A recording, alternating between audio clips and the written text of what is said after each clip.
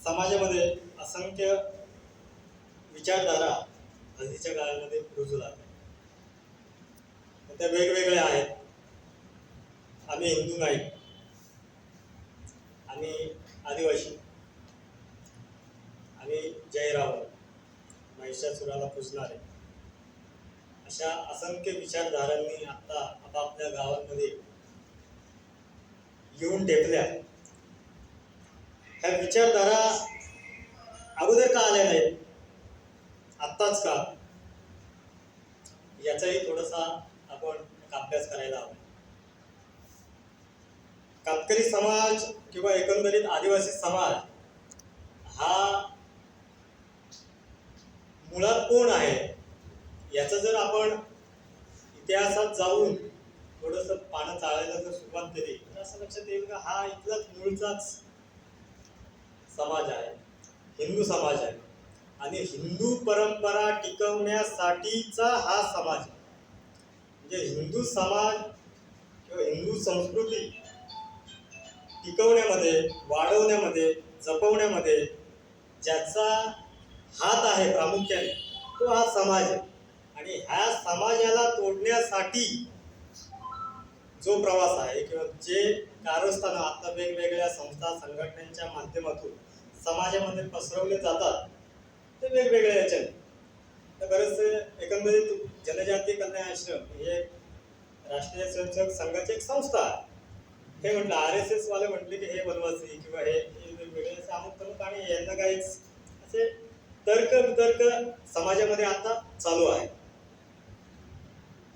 कल्याण आश्रमाला आदिवासी समाजामध्ये हे सांगण्याची गरज का वाटते का तुम्ही हिंदू आहात? आपल्याला का वाटत नाही? याचं सुद्धा एक विश्लेषण किंवा याची सुद्धा हे पडताळण्याची गरज सुद्धा आपल्याला स्वतःला आहे की इतर कोणी सांगण्यापेक्षा आपण का ते त्याचा इतिहास किंवा ते शोधून का काढत नाही.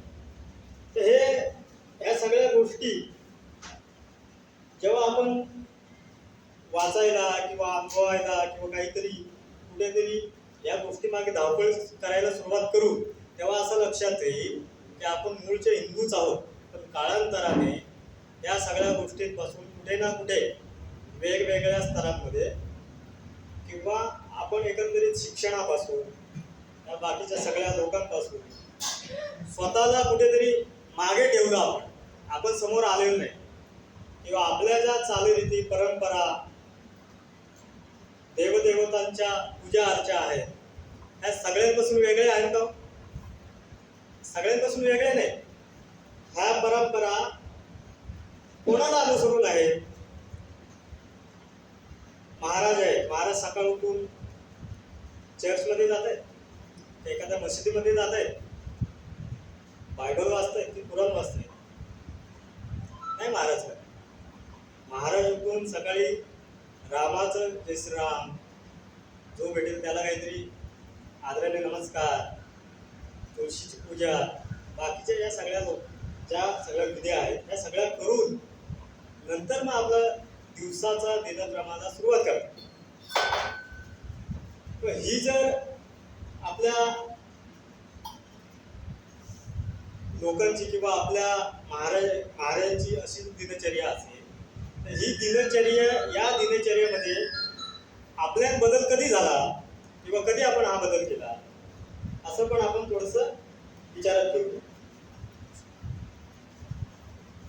आदिवासी नसल्याचा प्रकार जो आहे त्याच्यामध्ये प्रामुख्याने आपली तरुण मुलं जी आहेत त्यांना थोडंफार शिक्षण आणि नोकरी नाही पण थोडासा शासकीय योजनांची माहिती आणि ह्या असल्या विचारांचा आधार घेऊन ज्याला स्वतःच्या घरातून सुद्धा पाठिंबा नाही अशी मुलं सध्या आपण आदिवासी आहोत हे एवढंच म्हणतात पण हिंदू नाही याचा प्रचार म्हणजे नाकावर टिचून करतात. ही हिंमत त्यांच्यामध्ये काय येते, कुठून येते याचा जर आपण अभ्यास केला तर असं लक्षात येतं की PFI भारत मुक्ती विचार भारत मुक्ती मोर्चा, बापसेल अशा वेगवेगळ्या संघटनांमध्ये काम करणारी आपली मुलं ही त्या त्यांच्या नको त्या विचारांनी समाजामध्ये तेढ निर्माण करण्याचा प्रयत्न करतात. मग आता त्यांना ते गेले किंवा त्यांना जो विचार दिलेला आहे तो विचार असा नाही तो जातीपातींच्या याच्यामध्ये फुटपाट. आता एखादी चांगली गोष्ट होत असेल किंवा एखादा कार्यक्रम होत असेल तर त्याच्यामध्ये तो फुटणार कसा, ह्या गोष्टीच फक्त बिंबवल्या जातात. चांगलं काम करण्यासाठी प्रवृत्त करणं असा जो विचार आहे हा विचार त्यांच्यामध्ये कधीही रुजवला जात नाही. आणि याला ह्या अशा विचारांमध्ये आपली तरुण मुलं गुरफटली गेलेली आहेत आणि ती अशा पद्धतीचा प्रोपगंडा आपल्या समाजामध्ये पसरवण्याचा आता सध्या त्यांचं कारस्थान आहे. वेगवेगळं आपल्या जमातीचं वैशिष्ट्य आहे. आता आपल्या रायगडमध्ये ठाकर आहे, कातकरी आहे, महादेव कोळी आहे, बेलमध्ये काही प्रमाणात ढोर सॉरी मला म्हणजे असे 3-4 पद्धतीच्या जमाती सध्या रायगड जिल्ह्यामध्ये. ह्या जमाती वेगवेगळ्या जिल्ह्यांमध्ये 6-7 अशा आहेत. म्हणजे प्रामुख्याने महाराष्ट्रामध्ये 47 जमातीचा योग आहे आपल्या एकंदरीत आदिवासी जमातीमध्ये जे मोडल्या जातात त्यापैकी आपल्या रायगड जिल्ह्यामध्ये फक्त 4-5 जमाती स्थानिक ठिकाणी मोडतात. मग या 4-5 जमातीपैकी कातकरी ही रायगड जिल्ह्यामध्ये प्रामुख्याने सर्वात जास्त लोकसंख्या असलेली जमात आहे आपल्या रायगड जिल्ह्यामध्ये आदिवासी. एकंदरीत गेल्या वर्षीच्या सर्वेक्षणामध्ये असं एक लक्षात येईल की 1.5 ते 2.25 लाखाच्या सुमारास कातकरी लोक आपल्या संपूर्ण रायगड जिल्ह्यामध्ये आहेत. एकंदरीत आपले 15 तालुके. एवढे लोकसंख्या असणारा आपला जिल्हा किंवा संपूर्ण महाराष्ट्रामध्ये आपली जी एक 6.5 लाखाच्या घरात कातकरी समाजाची असलेली जी काही लोकसंख्या आहे ही या लोकसंख्येमध्ये अंधश्रद्धा, शिक्षण, व्यसनाधीनता आणि ह्या सगळ्या गोष्टींचा अभाव आहेच. पण हा अभाव कोणामुळे आपला जो रोखता येईल किंवा हे काढता येईल तो एक म्हणजे शिक्षण. आणि त्यासाठी प्रामुख्याने आपण प्रयत्न केले पाहिजे. शिक्षणामुळे आपल्याला समाजामध्ये काय बोलायचं आणि काय नाही समजून घेण्याची मानसिकता आपल्यामध्ये तयार होते आणि ती मानसिकता चांगल्या विचारांना कल्पना देऊन सत्यात उतरवण्यासाठी प्रयत्न करते. आदिवासी समाजामध्ये असे समाजकंटक आहेत की ते समाजकंटक फक्त समाजाच्या विद्रोही विचारांना समाजामध्ये मांडतात. त्यावेळेसच ते समाजामध्ये एका व्यासपीठावर उपस्थित होतात. पण जेव्हा खरी गरज लागते तेव्हा समाजामध्ये एकत्र येऊन समाजासोबत काम करणं असं होत नाही. आणि या सगळ्या यांच्या पाठीमागचा एक विचार पाहिला तर एक संघट किंवा एक संघ नाही, एका विचारावर आपण ठाम नाही. हिंदुत्व हे असं एक विचार आहे. हिंदू म्हणजे काय नक्की, किंवा तुम्ही आम्ही म्हणतो त्याला होय आम्ही हिंदू. हिंदू म्हणजे काय? हिंदू ही म्हणजे एक जीवन जगण्याची पद्धत आहे, कला आहे. आणि याला धर्म म्हणता येणार नाही. आपल्या समाजात किंवा हिंदू धर्मामध्ये ते म्हणतंय की प्रत्येकाला स्वातंत्र्य आहे, वेगवेगळे विचार मांडण्याचं स्वातंत्र्य आहे, वेगवेगळे देवतांना मानण्याचं स्वातंत्र्य आहे, वेगवेगळ्या पुस्तकांना मानण्याचं स्वातंत्र्य आहे. म्हणजे असं जसं ख्रिश्चन किंवा मुस्लिमांमध्ये एका ठराविक पुस्तकालाच मानलं पाहिजे. जसं मुस्लिम म्हणतात की जे काफिर म्हणजे कोण, की काफिर तुम्ही आम्ही सगळे. काफिरा त्यांच्या काफिरांमध्ये तुम्हाला सगळ्यांनाच बघा, काफिरमध्ये आपण मोडतो. किंवा यांच्यामध्ये बायबलमध्ये सुद्धा ते त्यांचे जे आहेत किंवा जे ख्रिस्ती झालेले आहेत त्याच्या व्यतिरिक्त आपण त्यांच्यासाठी काय म्हणतात तसं, हो, अश्रद्धा म्हणून त्यांच्यासाठी आपण एक आपल्याला महत्वच नाही. म्हणजे जो ख्रिश्चन किंवा मुस्लिम झालाय तो त्यांच्यासाठी महत्व. जेव्हा एखादा व्यक्ती तुम्ही 15 मिनिटं पोलीस साईडला करा, 15 मिनिटात पाहतो काय करा, असं जेव्हा एखादं विधान करतो तेव्हा त्यामध्ये असं येत नाही की फक्त कातकरी वेगळा आणि कातकऱ्यांनी सोडतो आणि आदिवासीतल्या ह्या जमातीला सोडतो आणि त्यांनी सोडतो. ते एकंदरीत सगळ्या हिंदू धर्माला सांगतात.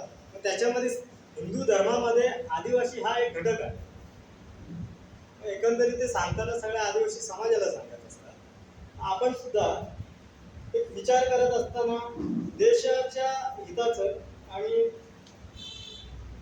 या पुढील चालूवृत्ती किंवा संस्कृती टिकवण्याच्या संदर्भातील असणारा जो कोणताही धर्म आहे तो आहे आपला हिंदू धर्म. यामध्ये आपल्या बऱ्याचशा क्रांतिकारकांनी स्वतःचं बलिदान देऊन आपल्या आदिवासी समाजाला एका स्थानिक उंचीवर नेऊन ठेवले. ते म्हणजे राघोजी भांगरे असतील, बिरसा मुंडा असतील. बिरसा मुंडांचं एक वैशिष्ट्य मला तुम्हाला सांगावंसं वाटेल की हे शेंडी ठेवायचे. बिरसा मुंडा हे शेंडी ठेवायचे. हिंदू धर्मामध्ये शेंडी ठेवणं एक प्रतीक मानलं जातं. तेव्हा त्या काळी बिरसा मुंडा शेंडी ठेवायचे आणि गंध लावून शाळेमध्ये शिकायला जायचं. हिंदू धर्माचे जे काही प्रतीक आहेत ते सगळ्या गोष्टी त्यानुसारच ते सगळं कार्य करायचे. आणि जी शाळा होती ती शाळा होती ख्रिश्चन मिशनरी. आणि त्या शाळेमध्ये जाऊन जेव्हा त्यांना आढळण्यात आलं की बाबा तुझा हा पोशाख, तुझं ही शेंडी कापली पाहिजे, तुझा हा गंध लावला नाही पाहिजे, तर त्याच्यावरून शाळेमध्ये म्हणजे काढून टाकण्यापर्यंत सगळ्या गोष्टी झाल्या. आणि नंतर जेव्हा ते शाळेतून जेव्हा सगळे शिक्षण बाहेर पडले तेव्हा त्यांच्याकडून शिकूनच त्यांच्या विरुद्ध कारवाया करण्यासाठी एक मोठं जे काम केलंय ते बिरसा मुंडांनी केलं. दररोज तुळशीची पूजा, सूर्यनमस्कार करणे हे न चुकता नित्य नेमाने करणारे ज्या काही हिंदू धर्मामध्ये ज्या घटना आहेत किंवा ज्या कार्यपद्धती आहेत, ज्या विधी आहेत, या सगळ्या गोष्टी क्रांतिकारक बिरसा मुंडा हे करायचे. राघोजी भांगरे नाव ऐकून असेल, अकोल्यामध्येच त्यांचं जन्मस्थान. राघोजी भांगरे हे महाराष्ट्राला सांगावंसं वाटते की आषाढी वारी करायचे. राघोजी भांगरे हे आषाढी वारी, कार्तिकी वारी हे राघोजी भांगरे करायचे. आपल्याला माहिती नाही त्या भाषा. आणि आपल्याला फक्त काय सांगितलं जातं, हा आपला क्रांतिकारक आहे, याने आपल्याला हे केलं, सावकारांविरुद्ध बंड पुकारलं, याला कापलं, त्याला कापलं, यांना म्हटलं, एवढं सांगतात. याच्या पलीकडे जाऊन समाज जनजागृतीचं काम करून धर्माच्या हिताचं जे जे काही काम केलेलं आहे ते मांडत नाही. ते का मांडत नाही की त्यांना मुळात ह्या गोष्टी समाजासमोर यायलाच नको. कारण राघोजी भांगरे हे जर आषाढी वारी करत असेल तर आषाढी वारी करण्याचा त्यामागचा हेतू काय आहे? आषाढी वारी करणं कोणाचं प्रतीक आहे? दर आषाढी वारीला विठ्ठलाचं दर्शन घेणं कशाचं प्रतीक आहे? हिंदू धर्माचं प्रतीक आहे की समाजामध्ये धर्म टिकवण्यासाठी एका प्रचंड शक्तीसमोर आपलं मस्तक ठेवणं आणि ऊर्जा घेऊन समाजामध्ये पुन्हा एकदा जोमाने काम करणं. ह्या अशा सगळ्या आपल्या क्रांतिकारकांचं जे काही शक्तिपीठं होते या ठिकाणी सुद्धा त्यांनी वेळोवेळी जाऊन दर्शनं आणि पूजा अर्चा केलेल्या आहे. राघोजी भांगरेंना जे पकडलं हे म्हणजे पंढरपुराला विठ्ठलाच्या दर्शनाला जाताना तिथे त्यांना पकडलं. आपल्या एका आदिवासी मोर्चाने त्यांना हे दिली, माहिती दिली आणि त्यांना पकडलं. म्हणजे असं तुम्ही आम्ही कोणी नाकारू शकत नाही की आपण हिंदू नाही. उदाहरणं द्यायची झाली तर असंख्य देता येते. पण हल्लीच्या आत्ताच्याच याच्यामध्ये उदाहरणं जर आपण पाहिली, छत्रपती शिवाजी महाराज नसते तर तुम्ही आम्ही कुठे असतो? प्रश्न इथे निर्माण. महाराज नसते तर तुम्ही आम्ही कुठे असतो? मी माझं नाव सांगतो अनिल वाघमारे, एक म्हणजे शेख अब्दुल्ला किंवा रमजान, असं काहीतरी झालं असतं आणि तुम्ही आम्ही हे वेगवेगळ्या नावाने त्या त्या ठिकाणी राहिलो असतो. म्हणजे महाराजांचे इतके उपकार आहेत आपल्यावर, जे उपकार आपण कोणीही विसरू शकणार नाही. ते बरेच वेळा आपण सांगतो की आमची जात, आमची जमात हे एक विशिष्ट चालीरीती पाळते, त्यामुळे आम्ही आदिवासी आहोत. आदिवासी असण्याचे आपण 3-4 कारणे देतो. एक म्हणजे आम्ही निसर्गपूजक आहोत. दुसरं, आमच्या चालीरीती थोड्या वेगवेगळ्या आहेत. आमची बोलीभाषा वेगळी आहे. म्हणजे कातकरी समाज, म्हणजे रायगडमधला कातकरी असला तरी 15 तालुक्यांमधील 15 बोलीभाषी म्हणजे 15 चालीरीती किंवा बोलीभाषेचे प्रकार घडू शकतात. प्रत्येक गावाची वेगळी एखादा शब्द, एखादा टोन किंवा एखादा वाक्य हे वेगवेगळं आहे. ते तुम्ही आम्ही कोणी नाकारू शकत नाही. इथला जर आता हा जो परिसरातला जो मधला किंवा पेडचा सुद्धा काही कोळीवाड्या संदर्भातलं थोडंसं जे आहे आपला समाज, हा यांची बोलण्याची टोन ही त्या लोकांच्या सोबतच आहे. ते जसं बोलतील तसंच आहे. प्रत्येक ठिकाणी ज्या ठिकाणी तू जसा राहिला तशी त्याची भाषा, तसं त्याची चालीरीती ह्या बदलत गेल्या, वाढत गेल्या किंवा वेगवेगळे बदल सुद्धा घडले. पूर्वी आपण 2-3 गोष्टी ह्या प्रामुख्याने पूजा अर्चेच्या वेळेस करायचो. एक म्हणजे मुलगा जन्माला आला की 5वीच्या वेळेस ती एक पूजा अर्चा, किंवा 7वीच्या ते जी काही महिला आहे, ती महिला सगळी त्या मुलाचं जी काही वाटचाल आहे त्यासाठी माहिती सांगून पुढे त्याला शुभेच्छा देते. हे जन्मापासून ते मृत्यूपर्यंतचे सगळे जे काही विधी आहेत ते आपल्यामध्ये होतात की नाही? तर होतात. हे विधी होताना आपण त्याचं पहिलं हे कोणाला देतो? देवालाच देतो ना, की अन्य कोणाला देतो? आपण देताना असं म्हणत नाही, हे बाबा हे येशू देवा आहे घे, किंवा हे अल्ला आहे तू घे, असं म्हणत नाही आपण. हे गणपती बाप्पा किंवा हे असं जे काही निसर्गाच्या अनुसरून, किंवा हे धरत्री माता, हे कनसरी माता, किंवा जवळचा कोणी जो काही देव असेल, त्या डोंगरा देव असेल, ज्याचं त्याचं ज्या ठिकाणचं बापदेव असेल, तर असं कोणाला ना कोणाला आपण तो मान देऊन ती आपण सुरुवात करतो. आणि ही सुरुवात आपण आत्ताच करतो असं आहे का? ते आपल्याला कोणीतरी सांगायला आलंय, आम्हाला कोणीतरी सांगायला आलंय की अनिल वाघमारे तू आता यांच्यासोबत आहेस, तू आता हा विषय मांड आणि असा काही नाही. मी माझ्यामध्ये बरेच वेळा असं एक ब्राह्मण समाजाबद्दल एक गैरसमज समाजामध्ये पसरवला जातो. तो म्हणजे असा की ह्या ब्राह्मणांनी आपल्यावर अत्याचार केले, असं एक बरेच म्हणजे यांनी अत्याचार केले, हे असेच आपल्याला दुःख आहे. म्हणजे असं एक समाजामध्ये झालेला जो एक संभ्रम जो आहे कायम आहे.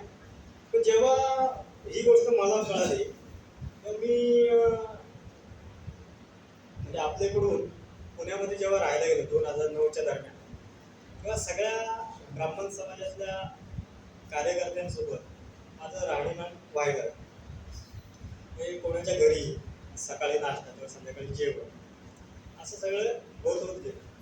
पण मला नाव विचारताना कोणी जात विचारले, जो मला जे भावलं ते मी तुमच्यासमोर मांडतो. कोणी जात विचारलं आणि कुठला, मी इथला आहे, आणि असं करत असताना कोणीही विचारलं नाही.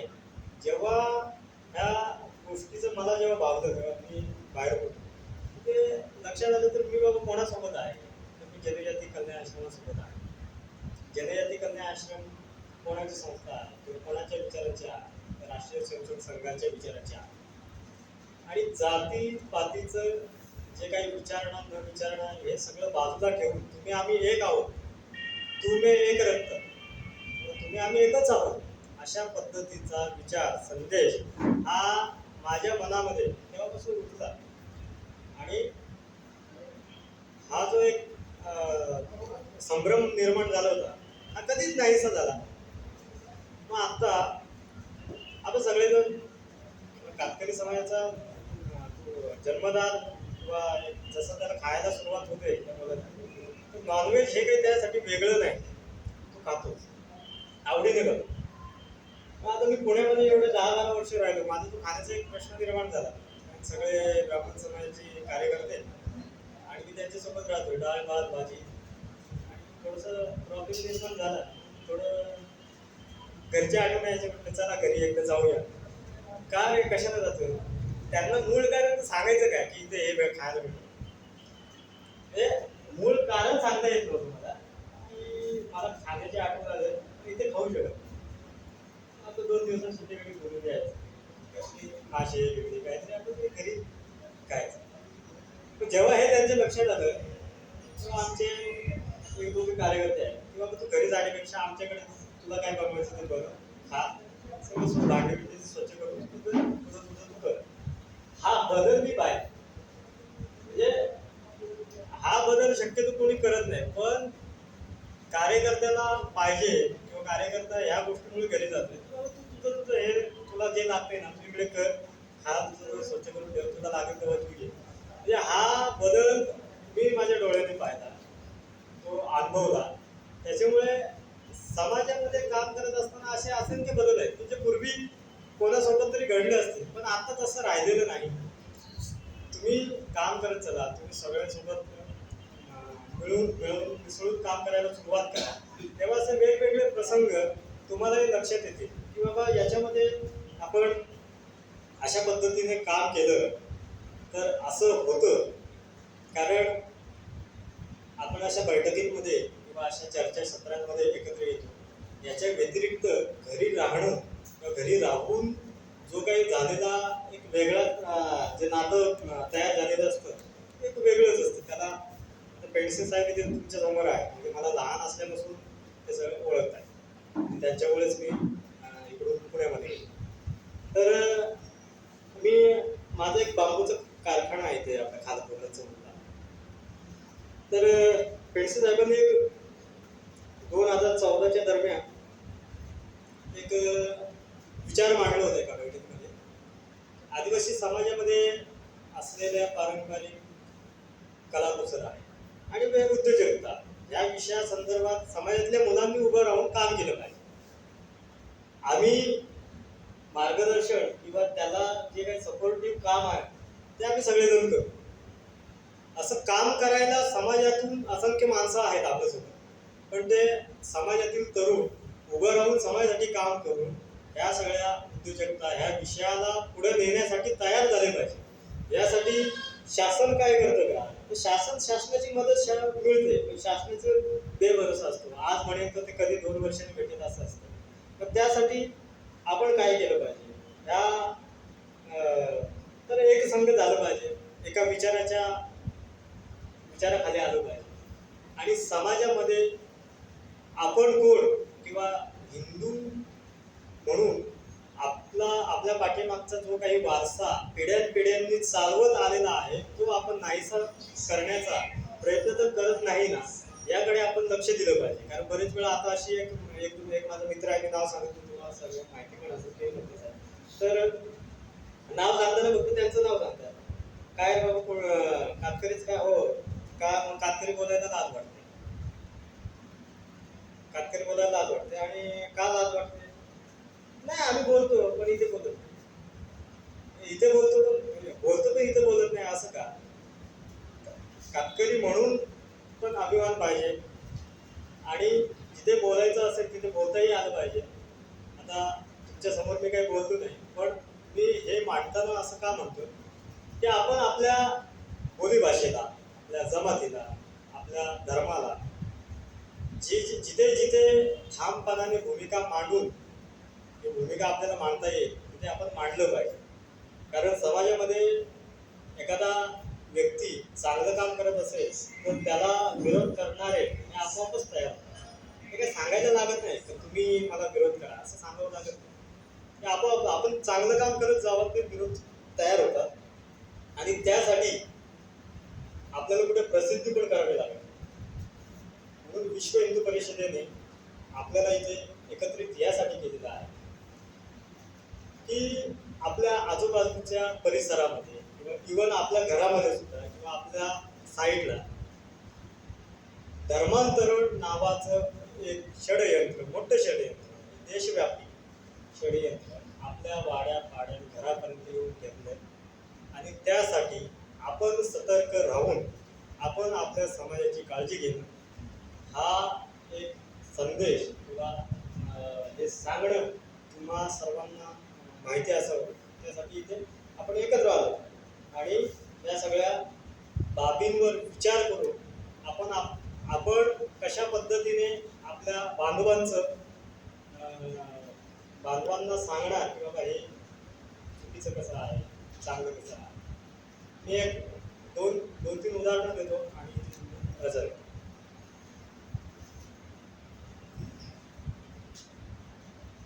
आपल्या आदिवासी समाजाचे नाही पण उदाहरण यासाठी देतो की धर्मांतर झालेल्या लोकांची आता सध्या काय अवस्था आहे. थोडंसं आमचे एक मित्र आहेत, त्यांचं गेल्या एक 3-4 वर्षापूर्वी त्यांनी धर्मांतर केलं.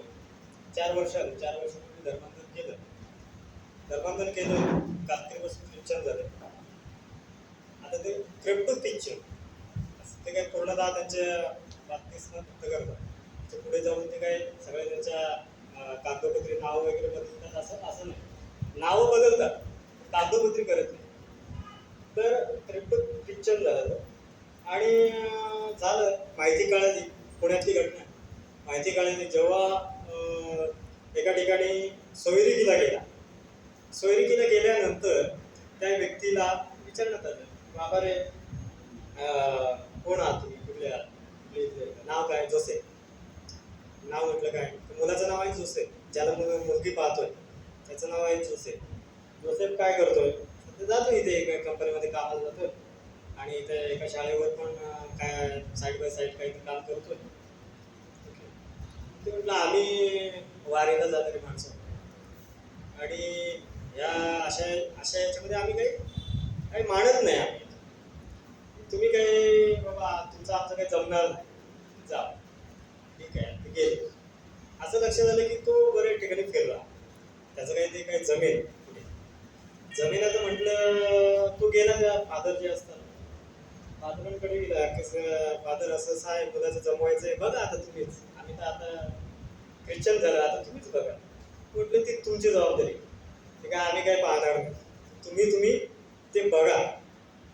कोण म्हणतंय, फादर.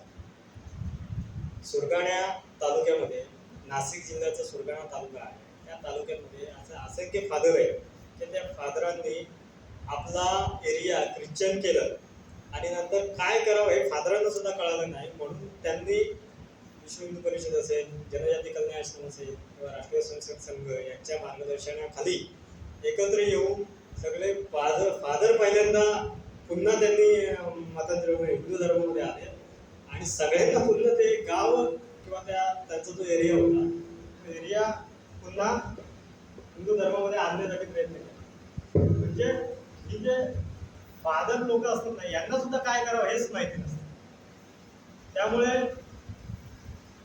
ख्रिश्चनीकरण, मुस्लिमीकरण किंवा लव जेहाद हा एक प्रकार आपल्या आजूबाजूला व्हायला जातो. लव जेहाद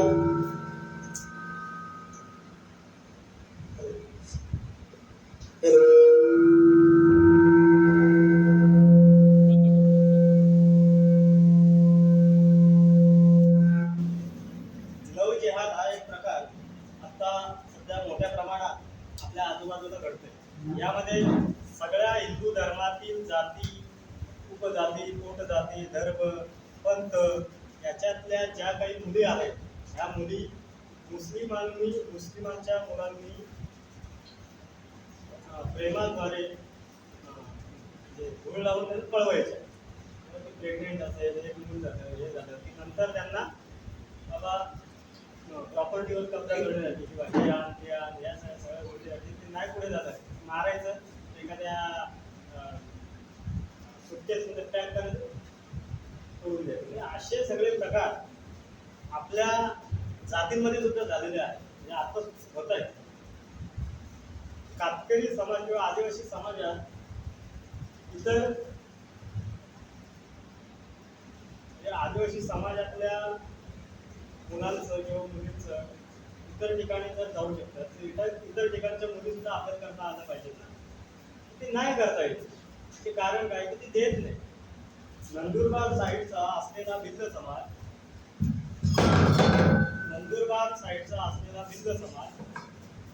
हा तेथील मुस्लिमांना मुस्लिमांच्या चालीरीती पाळतो. तडवी भिल्ल हा का पाळतो?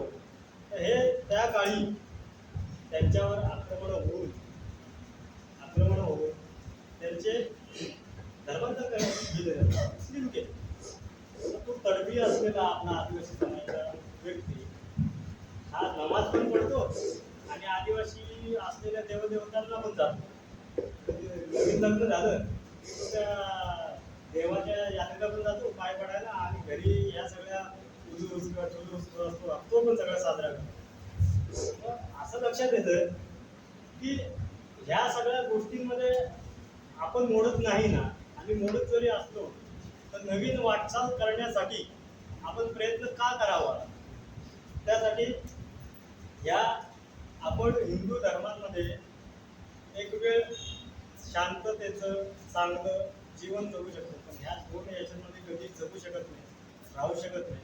आणि ते आपल्याला फक्त एकदा धर्मांतर झालं की तुम्ही कोण आणि आम्ही कोण हे दाखवून देतात. आणि शेवटी आपल्याला दोन पर्याय ठेवतात. एक तर व्हा नाही तर मरा. असे दोन पर्याय ठेवून इकडे आपल्याला पर्याय नाही, इकडे आपल्याला स्वातंत्र्य आहे. आणि मुळतः आपण हेच आहोत हे पहिल्यांदा स्वीकारा. ते स्वीकारा, जाणा आणि इतरांनाही त्याबद्दल माहिती द्या. आणि आगामी आत्ता येणाऱ्या 2022 जी काही जनगणना आहे त्यामध्ये आदिवासी हिंदूच अशा पद्धतीचा कॉलम का भरावा याची दोन कारणं आहेत. की आपण ते जर केलं नाही तर आपण कातकरी समाज म्हणून किंवा कोणी असेल तो आदिवासी तो जातो अल्पसंख्याक. त्या अल्पसंख्याकामध्ये गेला की नंतर त्याचं डिवाइड होतं. आणि आपण अल्पसंख्याक शक्यतो होण्याचं कारण नाही. कारण हिंदू म्हणून असलं तरी आपलं काय या अगोदर आरक्षण केलं नाही आणि आताही जाणार नाही. जे झालेलं आहे त्यांचं केलं नाही तर आपण तर झालेलं नाही होतं येते. आणि जे लोक विचळमूळ झालेलं आहेत ते सांगत असतात की बाबा तुमचं आरक्षण जाईल, तुमचं हे जाईल, तुमचं ते जाईल. त्यांचंच गेलेलं नाही. मुळात त्यांचं गेलेलं नाही. आपण एक जर याचिका दाखल केली तर मुळात त्यांना बाकीचे लाभ सुद्धा बंद होते. त्यामुळे आपल्याला असं वेगळं काहीतरी लिहिण्याचं काही गरज नाही. हिंदू वादकरी जरी लिहिलं तरी काहीही प्रॉब्लेम नाही. बरेच वेळा समाजामध्ये एक मॅसेज आपल्याला देतात किंवा शासनाचा असा पद्धतीचा एक जी आर आहे आणि तो जी आर आदिवासी हिंदू नाही अशा पद्धतीचा एक जी आर दाखवला जातो. पण हा जी आर 2 महिन्यानंतर रद्द झालेला. सुधागाडी नंतर तो जी आर रद्द केलेला. त्यामुळे आदिवासी हिंदूच आहे, आपण हिंदूच आहोत हा एक ठाम विचार आपण करायचा. त्या विचारासाठी आपण लढायचं. म्हणजे महाराजांनी तर व्रत घेतलेलं आहे. व्रत किंवा आम्हाला काही ते पार पाडता येणार नाही. त्या व्रतासाठी आपणही प्रयत्न करू असं मला वाटतं. आणि भविष्यामध्ये या सगळ्या जी काही जनगणना येईल याच्यामध्ये आपण बाकीचे धर्म न देता हिंदू धर्म द्यावा हा एक मी आग्रह करेन. कारण आदिवासीमध्ये 84 धर्म आहे. सरना धर्म, गोडी धर्म, हा धर्म, ते धर्म, म्हणजे मूळ निवासी, निसर्गप्रेमी, आदिवासी असं 84 आहे. किती? 84. मग ह्या 84 मध्ये आपण नक्की कशाला मानायचं? तुम्ही ना 84 धर्म आहे. 84 पैकी आपण कशाला मानायचं? काय मांडण्याची गरज नाही, एक आहे तो आम्ही मांडतो.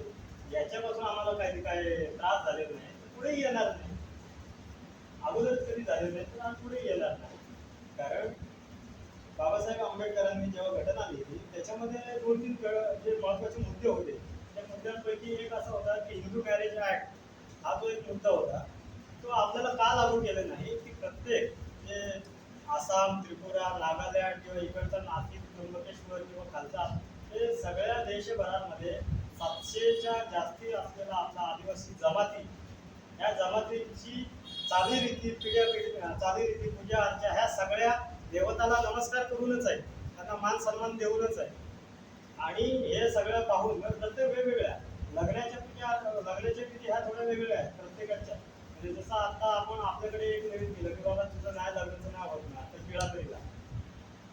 आता नवीन आपण करतो बाबा टिळा तरी लाव, साखरपुडा तरी लाव. म्हणजे अशा वेगवेगळ्या आदिवासी जमातीचे वेगवेगळे नियम कायदे हे त्या त्या काळानुसार त्यावेळेस घडत गेला. आणि त्याचा अभ्यास जेव्हा केला तेव्हा असं लक्षात आलं की आपल्याला ते मान्य होणार नाही आदिवासी समाजाला. पण जेव्हा आपण वेगवेगळे डॉक्युमेंटेशन किंवा वेगवेगळे कागदपत्र जेव्हा मागायला जातो, करायला जातो, तेव्हा ह्याच गोष्टीचा आधार घेऊन शासनाकडे आपल्याला कागदपत्र मागावं लागतं. आपल्याला मॅरेज ऍक्ट आदिवासीला लागू होत नाही, पण जेव्हा तोच एखादं कागदपत्र मागत असेल तर ते कोणाच्या कुठल्या थ्रू द्यायला लागतं, तर ह्या ऍक्ट खाली द्यावं लागतं. म्हणजे असं गुंतागुंतीचं दोन्हीकडून सगळं हे आहे. तर ह्या गोष्टी आपण वैयक्तिक समजावून घ्या. कोणावर कुणीतरी काहीतरी सांगेल आणि आपण काहीतरी त्या दृष्टीने समाजामध्ये समाज गैरसमज पसरवत असं करू नका. आपण स्वतः एक अभ्यास करा, 4 गोष्टी अनुभवा आणि त्या समाजामध्ये अशा पद्धतीने आपल्याला मांडता येईल त्या गोष्टीचा विचार करून परमपवित्र भारत मातेचा विचार ठेवून डोळ्यासमोर ठेवून. कारण ज्या आदिवासी क्रांतिकारकांनी एक विचार ठेवला, त्यांनी काय ठेवलं की भारत माता स्वतंत्र ठेवायची आहे, स्वतंत्र करायची आहे, हा विचार डोळ्यासमोर ठेवून त्यांनी देशासाठी बलिदान दिलेलं आहे. आणि ते बलिदान व्यर्थ जायला नको म्हणून आपण सुद्धा त्यांच्या विचारावर कार्य करू. असं जेव्हा आपण सगळेजण करायला सुरुवात करू तेव्हा कुठेतरी आपल्या समाजाचा, आपल्या देशाच्या त्या घडीमध्ये किंवा त्या विकासाप्रत आपण चालण्याचा एक प्रयत्न करू. एवढं बोलून तुम्हाला